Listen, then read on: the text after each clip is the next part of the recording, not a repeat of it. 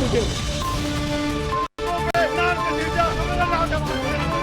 हम पाकिस्तान का किस्मत तब्दील करेंगे, आपकी उनसे मिला देंगे।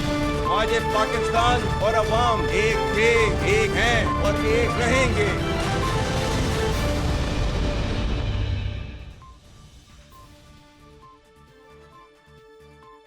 जी अस्सलाम वालेकुम। प्रोग्राम में आज जिन 2-3 मुद्दात पे बात करेंगे उसमें सबसे पहले ये मैटर रखेंगे कि इलेक्शन की तारीख आने के साथ ही इंतखाबी सरगर्मियों का और इंतखाबी गहमा गहमी का आगाज़ हो गया है और ये आहिस्ता आहिस्ता ज़ोर पकड़ रही है और ज़ोर इसमें ये आ रहा है कि जोड़ तोड़ का आगाज़ हो गया है। आज मुत्तहिदा कौमी मूवमेंट का एक डेलीगेशन नवाज शरीफ से मुलाकात हुई है और PMLN और MQM ने डिसाइड किया है कि इलेक्शन मिल के लड़ेंगे। 16 महीने की हुकूमत में मुत्तहिदा कौमी मूवमेंट PMLN की PDM की इत्तेहादी रही और अब एक बार फिर मुस्लिम लीग नून के साथ इंतखाबी इत्तेहाद में जा रही है, लेकिन ये सब कुछ इतना आसान नहीं है। पीपल्स पार्टी कहती है कि ये नून का और मुत्तहिदा का इत्तेहाद गैर फितरी है। क्या ये वाकई गैर फितरी इत्तेहाद है? क्योंकि मुस्लिम लीग नून की प्रेजेंस सिंध में कोई बहुत ज़्यादा मजबूत नहीं रही। गुज़श्ता इलेक्शन भी 2018 का फैसल वोडा के मुकाबले पे शहबाज शरीफ ने लड़ा तो वहाँ से वो हार गए। उस वक़्त फैसल वोडा पाकिस्तान तरीके इंसाफ में थे और वो जीत गए, लेकिन अब मुस्लिम लीग नून सिंध में पीपल्स पार्टी को टफ टाइम देना चाहती है और इसके लिए आज सिंध का जो तंजीमी ढांचा है उसमें भी कुछ रेनोवेशंस की हैं, कुछ इसमें चेंजेस की हैं। बशीर मेमन को सिंध का सदर बना दिया गया है, कुछ बाकी जो डेजिग्नेशंस हैं वो भी चेंज की गई हैं। क्या ये पीपल्स पार्टी के लिए सिंध में ख़तरे की घंटी हो सकती है? जिस तरह से नून लीग वहाँ पर जाकर अपना इंग्रेस करना चाह रही है या वहाँ जाके अपना एक नया इलेक्टोरल बैटलफील्ड ढूंढना चाह रही है। PMLN ने कल परसों ये भी कहा जब तनकीद की गई पीपल्स पार्टी की तरफ से, सो PMLN ने ये कहा कि हम सिंध में जाकर दिखाएंगे और सिंध से पीपल्स पार्टी को सीटें जीत के दिखाएंगे। सो क्या MQM के साथ एक विनिंग कॉम्बिनेशन हो सकता है PMLN का? और सिर्फ MQM के साथ ही नहीं, ये भी खबर है कि नवाज शरीफ आइंदा चंद दिनों में सिंध का दौरा करेंगे और पीपल्स पार्टी मुखालिफ जितनी भी सियासी जमातें हैं उनको साथ मिलाने की कोशिश करेंगे, जिसमें GDA भी शामिल है, JUIFA भी शामिल है। तो ये स्ट्रैटेजी कितनी कामयाब हो सकती है और क्या PMLN is the new PTI of 2018? क्योंकि पाकिस्तान तरीके इंसाफ के साथ भी यही हुआ था, यही एक पैटर्न देखने में आ रहा था कि उस वक्त MQM इत्तेहाद में चली गई PTI के साथ जब उसने इलेक्शन लड़ा, GDA भी इत्तेहाद में आ गई। तो क्या एक बार फिर हम देख रहे हैं कि PMLN is the new PTI? इस पर सवाल करेंगे और ये जो गहमा गहमी चल रही है, जोड़ तोड़ की सियासत और इलेक्शंस के इनेकाद के हवाले से, ख़ास तौर पे आज चीफ इलेक्शन कमिश्नर ने निगरान वज़ीर-ए-आज़म से मुलाकात की है, इलेक्शन की तैयारियों के हवाले से डिस्कशन हुई है। निगरान वज़ीर-ए-आज़म ने रीएश्योर करवाया है कि केयर टेकर सेटअप से, केयर टेकर गवर्नमेंट से जो भी मुआविनत चाहिए वो प्रोवाइड की जाएगी, जो कि ज़ाहिर है सबसे बड़ी मुआविनत एक तो फंड्स की होगी और दूसरी सिक्योरिटी प्रोविजन की, सिक्योरिटी की नफरी प्रोवाइड करने के हवाले से, गिवन दैट कि जो दहशत गर्दी के ख़तरात इस वक्त पाकिस्तान में जन्म ले चुके हैं। सो इन्हीं तमाम मुद्दात पे प्रोग्राम के फ्लोर को डिबेट, डिस्कशन, क्वेश्चन आंसर्स के लिए ओपन करते हैं और प्रोग्राम में आगे चल के थोड़ी ही देर में हमारे साथ MQM के सीनियर रहनुमा फ़ारूक सत्तार साहब भी मौजूद होंगे, लेकिन दीगर पैनलिस्ट का भी आपके साथ तारुफ करवा दूं। राना एहसान अफजल साहब सीनियर रहनुमा हैं PMLN के, वो ज्वाइन कर रहे हैं। शमीला फारूकी साहिबा सीनियर मरकज़ी रहनुमा हैं पीपल्स पार्टी की, वो हमें ज्वाइन कर रहे हैं। खुरम हमीद रोकड़ी साहब मरकज़ी सीनियर रहनुमा हैं इस्तेहकाम पाकिस्तान पार्टी के, वो हमारे साथ ज्वाइन कर रहे हैं। शमीला फारूकी साहिबा, जिस तरह से PMLN टफ टाइम देने की कोशिश कर रही है सिंध में पीपल्स पार्टी को, MQM के साथ इत्तेहाद कर लिया, नवाज शरीफ सिंध का दौरा करने की तैयारी कर रहे हैं, GDA के साथ भी मुलाकात करेंगे, JUIF के साथ भी कुछ पींगे अपनी बांधेंगे, पीपल्स पार्टी के लिए खतरे की घंटी बज रही है सिंध में? टफ टाइम मिल रहा है क्या आप लोगों के लिए? जी शुक्रिया फरीदा। देखिए, एक तो MQM का एक रिवायती तरीकेकार ये है, वो ये देखते हैं कि जहाँ पर हवा का रुख जा रहा है वहाँ पर वो इत्तेहाद बना लेते हैं। And I think for the last 20 odd years they have been in power, चाहे मुशर्रफ के 10 साल हों, उसके बाद फिर पीपल्स पार्टी, फिर PMLN, फिर PTI, अब फिर आपके साथ भी रहे हैं, आपके साथ भी रहे हैं। मैं कह तो रही हूँ पीपल्स पार्टी, वही तो कह रही हूँ, हमारे साथ थे ना 2008 से 13 के अंदर हमारे साथ थे जी। उसके बाद फिर PMLN के साथ थे, फिर PTI के साथ थे, फिर PDM में थे। तो ये तो यानी कि आप MQM को इब्नुल वक्त कह रही हैं? मैं कह रही हूँ कि ये इनकी एक पॉलिटिकल स्ट्रेटजी है to be in power forever. अच्छी बात है, that is how they think, that is how they feel. वो समझते हैं कि, और ऑफ कोर्स उनकी एक वैल्यू भी है इन द सेंस के उनकी पहले तो ज्यादा सीटें होती थी, 20-25 होती थी, अब 5-6 रह गई हैं, लेकिन वो 5-6 भी हुकूमत बनाती गिरा देती हैं। ठीक, तो ये रवायती तौर पे करते हैं। अच्छा, जहां तक PMLN का ताल्लुक है खरीदा, तो सिंध में PMLN का अनफॉर्चुनेटली कोई वजूद नहीं है। और मैं अनफॉर्चुनेटली इससे कह रही हूँ कि अगर जितनी जमातें हो मुकाबला उतना मजा आता है इलेक्शन लड़ने के। यहाँ पर इनका कोई, कराची में है ही नहीं, और फिर रूरल सिंध के अंदर भी कोई नहीं है। MQM ने पिछले जो कराची के और बल्दियाती इंतखाबात थे वो भी बाइकआउट किया, हालांकि हमने इनको बड़ा कायल किया कि आप इलेक्शन में आए, लेकिन इनको अब शायद अपनी डिफीट नजर आ रही थी तो इन्होंने उसका बाइकआउट कर दिया। जनरल इलेक्शन भी लड़े। शमीला साहिबा, अगर आप मुझे इजाजत दें, फारूक सत्तार साहब मौजूद हैं, उनको फिर आगे कहीं जरा जाना है, शायद फ्लाइट भी है उनकी वापसी की, तो आपको इंटरप्ट करके माजरत इसके लिए। लेकिन अस्सलाम वालेकुम डॉक्टर फारूक सत्तार साहब। जी वालेकुम अस्सलाम। शमीला फारूकी साहिबा की पता नहीं कितनी गुफ्तगू आपने सुनी, कितनी नहीं सुनी। वो कह रही थी कि MQM हवा का रुख देख के चलती है। सवाल मैंने उनसे किया कि क्या आप MQM को इब्नुल वक्त कह रही हैं, या ये कहना चाह रहे हैं पीपल्स पार्टी वाले के चढ़ते सूरज के पुजारी हैं मुत्तहिदा कौमी मूवमेंट वाले।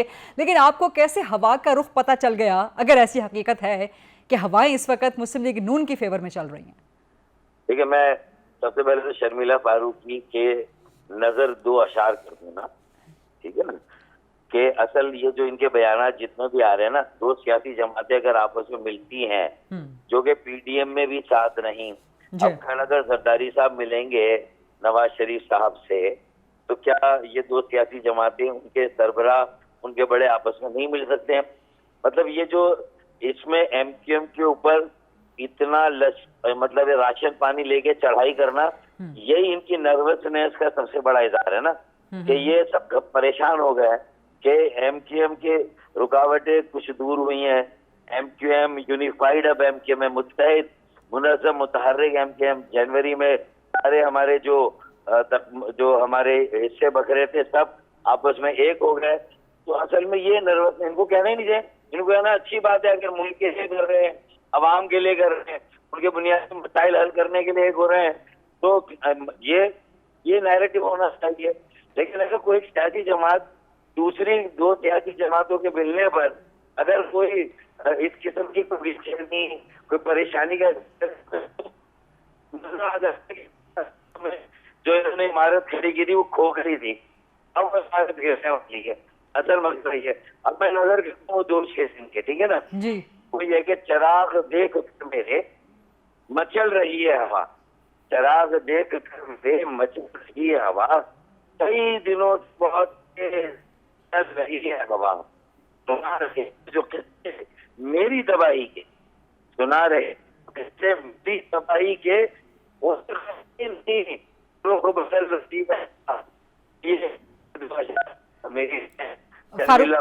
फारूक सत्तार साहब, आप शायद कहीं ऐसी जगह पे हैं कि जहाँ पे आपके सिग्नल्स बड़े डिस्टर्ब हो रहे हैं, लेकिन आप जवाब मुकम्मल कीजिए। आई होप कि इन द मीन टाइम आपके सिग्नल्स ठीक हो जाएंगे और आपके अशार का मज़ा अधूरा रह गया, क्योंकि बार बार सिग्नल्स ड्रॉप होने की वजह से वो शेर सुनाई नहीं दिए। तो मेरा ख्याल है कि शमीला फारूकी साहब खुद भी बड़ी बाज़ौक़ है, जानती होंगी इन अशार को, मैं भी खैर जानती हूँ। लेकिन बहरहाल ये बताएं कि MQM की कितनी सीटें अभी निकल सकेंगी 2024 के इलेक्शन में? शमीला साहब अभी कह रहे थे कि पहले तो आपकी 20-25 सीटें होती थी, श्रिंक होकर 2018 में फिर वो कितनी रह गई। तो PMLN की तो प्रेजेंस नहीं है पीपल्स पार्टी के मुताबिक सिंध में, तो आप लोग क्या हासिल? शर्मिला फारूकी जिस उससे ताल्लुक रखती ना, वो एक वक्त था नजरियाती तहरीक थी, नजरियात थे, अब मफादात और मराहत है वहां पर।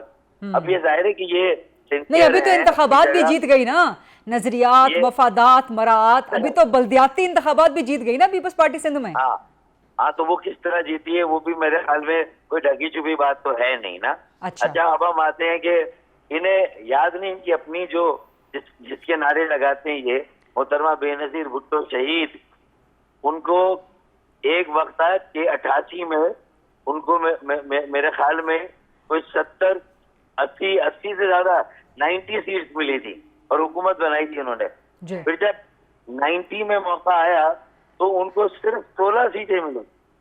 तो अब ये जिस तरह हमारे लिए 5-6 सीटों का कह रही हैं, हमारी 25 से 5-6 हो गई, इनकी 96 से जो 15-16 हो गई थी। तो उस वक्त फिर क्या? तो ये सियासी जमातों पे ऐसा वक्त आता है जब उनके खिलाफ एक RTS का सिस्टम होता है। इन्हें कम किस पार्टी, नजरियाती पार्टी, मिडिल क्लास पार्टी, एक अर्बन पॉलिटिक्स है। अर्बन पॉलिटिक्स में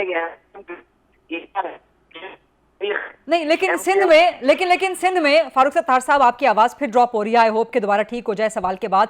लेकिन सिंध में PMLN तो मिडिल क्लास की पार्टी नहीं है। माशाल्लाह बड़े बड़े बिजनेसमैन उनके साथ ज्वाइन है वहां पे। MQM मिडिल क्लास की कहलाई जा सकती है, पीपल्स पार्टी किसी हद तक, जमात इस्लामी कहलाई जा सकती है। लेकिन क्या ये आपका फितरी इत्तेहाद है फिर PMLN के साथ सिंध में? फारूक सत्तार साहब की लाइन ड्रॉप हो गई है। शमीला फारूकी साहब, आप जवाब मुकम्मल करना चाहेंगी? जी, मैं एक्चुअली बिल्कुल भी परेशान या हैरान या नाराज नहीं हूँ, क्योंकि मेरी बात कंप्लीट नहीं हो सकी। आपने मुझसे पूछा कि इनका इत्तेहाद बना आप लोगों के लिए कोई खतरा है, तो मैं बता रही थी कि रिवायती तौर पे MQM जो है हर जमात के साथ जो हुकूमत में होती है उससे इत्तेहाद बना लेती है। ये हमारे लिए कोई नई बात नहीं है, ना हमारे लिए कोई परेशान कोई बात नहीं है। We absolutely fine with it. बात ये, और फिर मैं बता रही थी कि एक हकीकत है, ठीक है, बीबी साहिबा जो ये बता रहे थे, बीबी साहिबा को जब हराया गया इलेक्शन के अंदर, जब उसामा बिन लादेन को पैसे दिए गए बीबी की हुकूमत गिराने के लिए, बीबी साहिबा 17 मेंबरान के साथ असेंबली में बैठी थी। अगले इलेक्शन में she was the prime minister. तो मैं ये बता रही हूँ कि इनके जब धड़े बने MQM के, तो जाहिर बात है इनके वोट टूटे, तो ये 25 सीटों से 5 सीटों पे आ गए। अगेन इट्स ग्राउंड रियलिटी है, मैं मफरूजा नहीं कर रही। ठीक है। अच्छा, अब बात ये है कि देखिए, हमें फर्क नहीं पड़ता। इलेक्शन से पहले अलायंसेस बनते हैं, बनने भी चाहिए, व्हाई नॉट। सीट एडजस्टमेंट्स होती हैं, हम भी शायद किसी न किसी के साथ करें या ना करें। लेकिन बात यह है कि हमें फर्क नहीं पड़ता, क्योंकि पूरे सिंध में PMLN का वजूद नहीं है। MQM की कुछ प्रेजेंस है, अब शायद थोड़ी बेहतर हो जाए क्योंकि यूनिफाइड हो गए। पहले तो एक दूसरे के वोट तोड़ते थे ना, ये एक PIB ग्रुप था और एक भादराबाद ग्रुप था। अच्छी बात है कि यूनिफाइड हो गए, गुड। इलेक्शन लड़ने में भी मजा आएगा। और हमारी ख्वाहिश थी, आप यकीन करें, हमारी ख्वाहिश थी कि बल्दियाती इंतखाबात में भी हिस्सा लें, और शायद इनको ग्राउंड रियलिटीज का पता चल जाता इनको अगर सीटें मिलती तो। Right, let me take this question to Rana Ehsan Afzal साहब and then I have to go to Khurram Hamid Rokhri साहब। लेकिन राना एहसान अफजल साहब, शमीला साहिबा भी कह रही हैं, सारी पीपल्स पार्टी कह रही है PMLN की तो सिंध में प्रेजेंस ही नहीं है, आप लेने क्या जा रहे हैं वहां पे? तो क्या PMLN is the new PTI of 2018? नहीं, देखें, इसमें कोई शक नहीं है कि 2018 में हम वहाँ से सीट्स नहीं निकाल सके। लेकिन अगर आप गहराई से इसको देखें तो काफ़ी सीट्स के ऊपर हम लोग सेकंड थे। मिसाल के तौर पे शहबाज साहब जो हैं वो 700 वोटों से जो है वो हारे। टफ टाइम दिया था शहबाज शरीफ ने, बिल्कुल जी। तो हमारा वहाँ अगर ये नहीं कह सकते कि वोटर है ही नहीं, वोटर मौजूद है, वहाँ मेहनत की जरूरत है। मेहनत अभी हम आगे आने वाले दिनों में करेंगे। लेकिन ये कहना कि MQM और PMLN का गैर फितरी है इत्तेहाद, वो गैर फितरी नहीं है। देखें, एक तो 16 महीने हम लोग एक दूसरे के साथ एक कोalition हुकूमत में थे, और जब भी पीपल्स पार्टी और MQM के मुआहदे के ऊपर कोई लड़ाई होती थी तो वो PMLN के पास ही आती थी कि हम इन मामलात को जो है वो सेटल करें या कोalition को स्मूथली चलाएं। तो ये हमारा रोल रहा। तो अब दूसरा ये जरूर है कि हम एक दूसरे को कॉम्प्लीमेंट कर रहे हैं, यानी कि पंजाब में वाकई बहुत बड़ा स्टेक MQM का नहीं है, MQM का वोट नहीं पड़ता, लेकिन सिंध में PMLN का काफी सीटों के ऊपर या कुछ सीटों के ऊपर अगर मैं तस्लीम कर लूं PMLN का वोट बैंक है। तो वहां वो जब MQM का वोट बैंक ऐड होता है तो एक बेनिफिट जरूर मिलता है। और वैसे भी ये अगर अलायंस हमारी जितनी भी सीटें MQM निकालती है तो वो हमारी वफाकी हुकूमत में काउंट होगी, तो उसका बेनिफिट जो है ओवरऑल यही स्ट्रेटेजाइज PMLN इसी स्ट्रेटेजी को आगे लेके चलेगी और सूबों में भी चलेगी, इस सूबे में भी चलेगी कि हम अपना एक बड़ा नंबर लेके आए नेशनल असेंबली की सीट्स में और हम गवर्नमेंट फॉर्म कर सकें। राइट, खुर्रम हमीद रोकरी साहब, इलेक्शंस के हवाले से अभी भी इबहाम क्रिएट हो रहा है, बावजूद इसके कि चीफ इलेक्शन कमिश्नर मुसलसल मुलाकातें कर रहे हैं, तारीख भी दे दी है, इसहाक डार तक कह रहे हैं कि डिलिमिटेशंस की वजह से हो सकता है कि फरवरी के एंड तक इलेक्शंस चले जाएं। अभी भी कोई इबाम आईपीपी को मौजूद है? सुप्रीम कोर्ट में चीफ जस्टिस का कहना और उनका ये बता देना कि इसमें इलेक्शन होगा, तो हम भी आर श्योर, हमें कोई इबाम नहीं है उसमें। आपको लग रहा है कि 8 फरवरी तक हो जाए? so. 8 फरवरी को ही लाजमी, मतलब ये तारीख पत्थर पे लकीर हो गई जो चीफ जस्टिस ने कह दिया था। These are the saying of Chief Justice of Pakistan. तो at that seat if someone says this thing, तो डेफिनेटली वो मैटर तो करती है तमाम के लिए। पिछली बार आप मेरे प्रोग्राम में थे, आपने कहा था कि जब तक एहतसाब ना हो जाए तब तक इंतखाब जरा रोका जा सकता है। अभी भी यही कहते हैं। मेरा जो था मौक़िफ़ था जी, या ये जैसे भी आपने शुरू किया बात, आप देखें ना कि नेशनल लेवल की पार्टीज इस वक्त पहुंच गई हैं, प्रोविंसेस के अंदर भी वो डिवाइडेड हैं, यानी प्रोविंसेस में भी वो एक दूसरे के ऊपर बातें जो आपकी चल रही थी।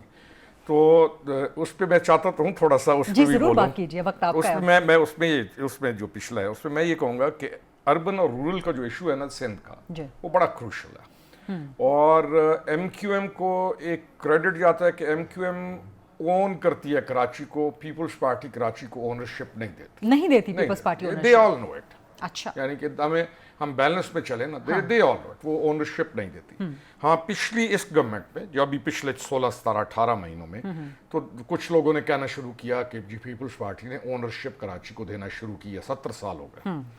फिर जब सवाल आता है ना कि कोई कहता है किसी की फलानी गवर्नमेंट थी, MQM गवर्नमेंट में होती है या फलाना गवर्नमेंट में होता है, पीपल्स पार्टी की गवर्नमेंट है पता नहीं सालों साल से सिंध के अंदर। और ये जो इल्हाक होते हैं, इनको मैं कहूँगा ये ऑप्टिक्स क्रिएट करते हैं। कई दफ़ा आपका अभी अगर कोई ये कहे कि पीपल्स पार्टी का वोट पंजाब में नहीं है, तो वो नहीं मानने वाली बात, उनका वोट बैंक एग्जिस्ट करता है, कहीं पे थोड़ा है कहीं पे ज़्यादा है। और अपने वोट बैंक को पीपल्स पार्टी ने पंजाब में खुद डैमेज किया, किसी और ने डैमेज नहीं किया। इनका एक बहुत अच्छा वोट बैंक था जिसको ये बहुत अच्छा बढ़ा सकते थे, लेकिन इन्होंने नहीं किया। तो ये सारी पॉलिटिक्स को समझ नहीं आती है कि पहले तो था नेशनल में को आएगा, अलायंसेस बनेंगे, गवर्नमेंट बनेगी। अब तो प्रोविंसेस के अंदर भी वो बलूचिस्तान की तरफ 5 ये 10 ये 15 ये, तो ये सिचुएशन नज़र आ रही है आने वाले। तो क्या ये एक चूचू का मुरब्बा टाइप की हुकूमत बनने जा रही है? देखें चूचू का मुरब्बा तो बनेगा। चूचू का बनेगा, मुरब्बा तो बनेगा, लेकिन हमें ये जो कोशिश कर रहे हैं वो सारों को ये है कि हम इस जो क्राइसिस जो हम फेस कर रहे हैं, इकोनॉमी का भी और सबसे ज्यादा लॉ एंड ऑर्डर का, पिछले कुछ दिनों से आप देखें किस तरह उसको एक राइज सिस्टमैटिकली उसको ऐसे करके ब्लो किया।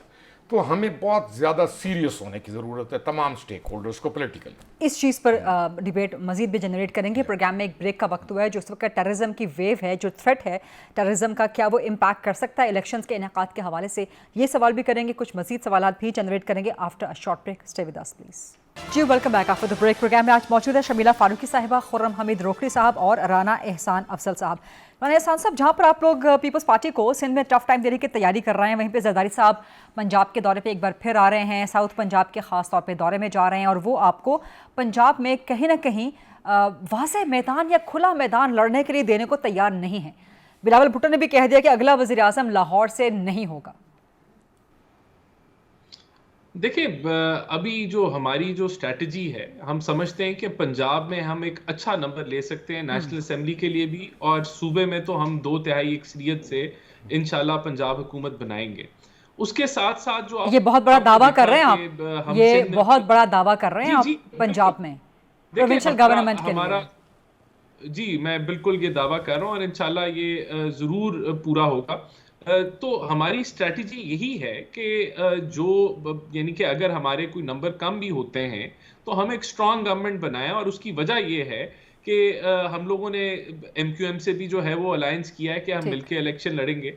मुमकिन तौर पे हम लोग KP के अंदर भी ऐसा कुछ हो सकता है, बलूचिस्तान में भी हो सकता है। हर पार्टी ऐसी ही स्ट्रैटेजी बनाना चाहती है कि चारों सूबों से हमें एक अच्छा नंबर मिले। अच्छा, लेकिन कंफर्टेबल आप पंजाब में प्रोविंशियल गवर्नमेंट के लिए कम से कम 2/3 का दावा कर रहे हैं, ये बहुत बड़ा दावा है। ये तो एक तरह से क्लीन स्वीप हो जाता है। सो पाकिस्तान तहरीक इंसाफ को आप कोई मार्जिन नहीं दे रहे, इस्तेकाम में पाकिस्तान पार्टी को पंजाब में कोई मार्जिन नहीं दे रहे हैं आप? देखिए बिल्कुल ये दो बड़े कंपटीशन हमारा इनके साथ होना है, लेकिन जो वोट डिवाइड अगर हुआ तो वो पीटीआई और आईपीपी के दरमियान वोट डिवाइड होगा। अच्छा। वोट किसका डिवाइड नहीं हो रहा? पीएमएलएन का नहीं हो रहा। वोट किसका स्ट्रेंथन हो रहा है मियां नवाज शरीफ के वापस आने से? पीएमएलएन का हो रहा है। अब ये भी आप रखें अपने ध्यान में कि मियां नवाज शरीफ 2013 के बाद अब इलेक्शन कैंपेन करेंगे। 2018 में उन्होंने इलेक्शन कैंपेन नहीं की, तो ये बड़ा एडवांटेज है हमारी पार्टी के पास। और मैं समझता हूं मियां साहब के जो जो जो लीडरशिप रही है, जिस तरह के तर्ज के ऊपर उन्होंने मुल्क को चलाया है, बहुत लोगों को उनकी लीडरशिप पे एतमाद है और वो 21 अक्टूबर को वो नजर आया। लेकिन आपके सियासी हरीफ खासतौर पे पाकिस्तान तहरीक इंसाफ तो ये कह रही है कि गलियां हो जान सुनियां ते विच मिर्जा यार फिरे। वो कह रहे हैं पाकिस्तान तहरीक इंसाफ को लड़ने की इजाजत नहीं है। लड़ना तो खैर छोड़ें, जलसे की इजाजत नहीं है पंजाब में, लाहौर तक में कॉर्नर मीटिंग की इजाजत नहीं है, लोगों को हिरासा किया जा रहा है। तो क्या इस माहौल में जो कि 2018 में आप लोग फेस कर रहे थे, अब वो रिवर्स हो रहा है, तो क्या आप लोगों का ज़मीर मुतमईन होगा कि इस तरह एक पॉलिटिकल पार्टी के साथ हो रहा है और खुला मैदान आप लोगों को प्रोवाइड हो रहा है या किया जा रहा है? नहीं, देखिए गरीदा, आप 2018 को आज से कंपेयर कतई तौर पे नहीं कर सकती। मैं आपको उसकी लॉजिकल एक वजह बताता हूँ। देखें 2017-18 में पनामा में मियां नवाज शरीफ का नाम नहीं था, उनको इकामा पे निकाला गया। फिर जिस तरह व्हाट्सएप पे JITs बनी और मॉनिटरिंग जज सुप्रीम कोर्ट के बिठाए गए, RTS बिठाया गया, वो सारा आप इस चीज से कंपेयर नहीं कर सकते कि पीटीआई के पास जो जमहूरी रास्ता था कि वो नेशनल असेंबली में ऑपोजिशन करते, KPK की हुकूमत चलाते, पंजाब की हुकूमत चलाते, तो उनकी सियासत आज कहीं और होती। उन्होंने जो रास्ता अपनाया वो तसादुम का था, वो रियासत के साथ टकराए। 9 मई का वाकया, मीर जाफर, मीर सादिक, साइफर के ऊपर झूठा बयानिया, तो आज वो अपने अमाल भुगत रहे हैं। तो क्या उनको किसी जाली केस में फंसाया जा रहा है? क्या पीटीआई का जो है वो जो तसादम हुआ, जो उन्होंने टक्कर ली, क्या उसके ऊपर आंखें बंद कर लेनी चाहिए हैं? तो वो मामला फिर आप कंपेयर नहीं कर सकती उसको कि ये 2018 कोई रिपीट हो रहा है, वो रिपीट नहीं हो रहा। जो पीटीआई का तर्ज था वो एक कह लें लड़ाई झगड़े का, एक नफरत के बीज बोने का, तो ये इसका कंपैरिजन नहीं बनता। बाकी जो पीटीआई है वो लड़े इलेक्शन, देखें, और हमने तो नहीं उनको रोकना इलेक्शन लड़ने से। बिल्कुल जो लोग इस तरह की सियासत में नहीं थे शामिल, उनको इजाजत होनी चाहिए। वो ECP ने या केयर टेकर सेटअप ने देनी है, वो हमने नहीं देनी। हाँ, नहीं, तो आपने तो खैर रोकना भी नहीं है, आप तो खैर रोक भी नहीं रहे। जहाँ रोकने वाले हैं वहाँ रोका जा रहा है। खुर्रम हमीद रोकड़ी साहब बड़ा दावा कर रहे हैं राना एहसान अफजल साहब के 2/3 मेजॉरिटी के साथ पंजाब में नून लीग प्रोविंशियल गवर्नमेंट बनाने की पोजीशन में आ जाएगी। और IPP ने अभी तक किसी से इल्हाक के बारे में कोई बात नहीं की कि आप लोग किसके साथ जा सकते हैं, किसके साथ नहीं। तो अगर ये सिचुएशन राना साहब ने जो किया ना जी, ये जो इजहार किया, हाँ, दावा किया, दावा या इजहार दोनों में, तो उसमें उन्होंने एक पॉइंट दिया। उन्होंने कहा जी हमारा वोट डिवाइड नहीं हो रहा, और डिवाइड हो रहा है पीटीआई का और IPP का। ठीक, तो एक चीज़ तो जहन में ये रहे कि पंजाब के अंदर ये वोट जिसको ये डिवाइड करेंगे, ये बहुत बड़ी तादाद में एग्जिस्ट करता है। दूसरा पॉइंट जो पंजाब का अहम है, रूरल का ख़ास तौर पे, उसमें जो इलेक्टेबल्स हैं वो बड़े हमेशा से इम्पोर्टेंट रहे हैं। तो इलेक्टेबल्स पे हम आ जाते हैं, तो मैं नून को भी कह देता हूँ, दावा तो मैं नहीं करता हूँ, इजहार करूँगा कि IPP के भी इलेक्टेबल्स को देख लें और नून अपने इलेक्टेबल्स को भी देख लें रूरल में ख़ास तौर पे। ठीक, तो अंदाज़ा हो जाएगा कि कौन कितना स्ट्रांग खड़ा है या किसकी पोजीशन कितनी स्ट्रांग है। ठीक, बस इतना ही कहूँगा। तो इस दावे के साथ क्या आप समझते हैं, इजहार के साथ, अच्छा, इस इजहार के साथ क्या आप समझते हैं कि आपके लिए फितरी तौर पे किसकी तरफ जाना, पीपल्स पार्टी की तरफ जाना या नून की तरफ जाना? पीपल्स पार्टी, क्योंकि जरदारी साहब भी साउथ पंजाब के दौरे पे निकल रहे हैं। पीपल्स पार्टी जो है ना गरीदा, एक सोच रही है, ये मेरी अजम्पशन है, वो ये सोच रहे हैं कि वो कुछ ऐसी चीज़ें करेंगे जिससे पीटीआई का वोट उनको मिलेगा जी। वो एक यानी ये तो सोच खत्म हो गई, ये थी नहीं, सोच, अभी वो थोड़े बहुत अभी मौजूद है, एक आधा जो है ना मौजूद है, जो एक आधा फूल चला जाता है, वो चला जाता है, लव चले जाते हैं, लेकिन ठीक है, नेशनल पॉलिटिक्स में ये होता है। अब इनको कहीं से अगर स्ट्रेंथ आ सकती है PPP को, तो वो साउथ है जी, इसीलिए जरदारी साहब दौरे पर भी जी, साउथ है, उनको अगर स्ट्रेंथ आ सकती है। लेकिन साउथ में IPP ऑलरेडी, हाँ, अगर ये 16 महीने के गवर्नमेंट के अंदर साउथ में एंट्री डाल जाते तो वाकई इनकी पोजीशन आज बहुत अच्छी होती। लेकिन IPP की जो स्ट्रेंथ है वो शुरू ही साउथ से हो रही है, ठीक, तो आसान नहीं है। नून की जो है स्ट्रेंथ साउथ में ना होने के बराबर। ठीक। तो ये ऐसे में आईपीपी अपना वेट, अपना वजन, सियासी वजन, इंतखाबी वजन पीपल्स पार्टी के पलड़े में डालना पसंद करेगी या नून के साथ जाना? देखें, ये तो टाइम, ये डिसीजंस आपका चलता रहेगा। अगर मेरे से पूछा जाए भाई आपने क्या करना है, अगर मेरी राय हो तो मैं कंसिडर करूंगा पीपीपी को विद आईपीपी। ठीक है, पंजाब के लिए। ठीक है। और दूसरा, पंजाब जो है ना आईपीपी यानी आसानी से गवर्नमेंट बनाने नहीं देगी, हो सकता है आसानी से बना जाए खुद। ये मैं ये वो आपका दावा है, ये सिर्फ ये इजहार नहीं, ये अब दावा है, ये अब दावा है। ये राना एहसान साहब के दावे के मुकाबले पे दावा आपका आ गया है। शमीला फारूकी साहिबा जरदारी साहब भी आ रहे हैं साउथ पंजाब के दौरे पे। आईपीपी की सूरत हाल खुर्रम हमीद साहब ने बता दी, तो क्या पीपल्स पार्टी के लिए भी आईपीपी ज़्यादा फेवरेबल, ज़्यादा सूटेबल होगी? वन, और किस तरह से आप लोग अगला वज़ीर आज़म लाहौर से नहीं बनने देंगे? पंजाब में ओवरऑल साउथ को छोड़ के इतनी स्ट्रेंथ तो है नहीं, नंबर्स तो आपके हैं नहीं, और कौमी असम्बली की ज़्यादा सीटें पंजाब से हैं, सो कैसे आप लोग रोकेंगे? फरीदा, ये कराची में भी बल्दियाती इंतखाबात में कहा जाता था कि जी पीपल्स पार्टी इलेक्शन ही क्यों लड़ रही है बल्दियाती, वहाँ तो वोट ही नहीं मिलेंगे। और जब हमने लड़ना शुरू किया तो ये किसी के वहम गुमान में भी नहीं था कि पीपल्स पार्टी का मेयर आ जाएगा। तो अच्छा, वो कैसे आया फिर वो एक अलग कहानी है ना, उस पे करेंगे तो प्रोग्राम वहाँ चला जाएगा। लेकिन नहीं, उस कहानी पे भी हम बात कर लेते हैं। देखिए, लंबी हो जाएगी बात, let's stay on the topic. हाँ, मगर इस पे एक दिन बात जरूर करेंगे, क्योंकि मालूम होना चाहिए लोगों को कि क्या हुआ। जमात इस्लामी के लोग होने चाहिए ना साथ, क्योंकि वो इस वक्त स्टेक होल्डर थे ना आपके। हाँ बिल्कुल, जमात इस्लामी को ले लीजिएगा, उसके ऊपर फिर जरूर बहस करेंगे। अब बात ये है कि ऑफ कोर्स जरदारी साहब जब बैठेंगे पंजाब के अंदर तो इत्तेहाद भी होगा, सीट एडजस्टमेंट भी होगी, मामलात भी होंगे, स्ट्रेटजी भी होगी, बहुत सारी चीजें होंगी। खुर्रम साहब ने खुद कह दिया कि आईपीपी का पीपल्स पार्टी के साथ बनता है उनकी नजर में। ठीक है, इनकी नजर में बनता होगा, दैट्स हिज ओपिनियन। मैं इसको रद्द नहीं कर रही, ना मैं इसको एंडोर्स कर रही हूँ। मेरे लिए अभी ये कुछ भी कहना कब्ल वक्त होगा। The leadership has to decide, the CEC has to decide. और देखिए, अलायंसेस बनेंगे, पुराने अलायंसेस टूटेंगे, कुछ कंटिन्यू करेंगे, बहुत सारी चीजें होंगी ना। ये इलेक्शंस हैं और इसमें हर इंसान, ऑफ कोर्स हमारे प्राइम मिनिस्टर के कैंडिडेट बिलावल भुट्टो जरदारी हैं, पीएमएलएन के नवाज शरीफ हैं, तो मुकाबला तो सख्त है ना। और मैं समझती हूँ कि इस वक्त पूरी कौम इन इलेक्शंस की जानिब देख रही है। Everybody wants free and fair elections. लोग चाहते हैं कि उनके वोट का सही इस्तेमाल हो। गरीदा, इस वक्त जो 125 मिलियन वोटर्स में से आपको पता है 44% जो है वो यूथ है, they are below the age of 35। That's a huge chunk. और ये वो यूथ है जो बड़ी बाशऊर है, जो बड़ी पॉलिटिकल है, उनको बड़ी समझ है।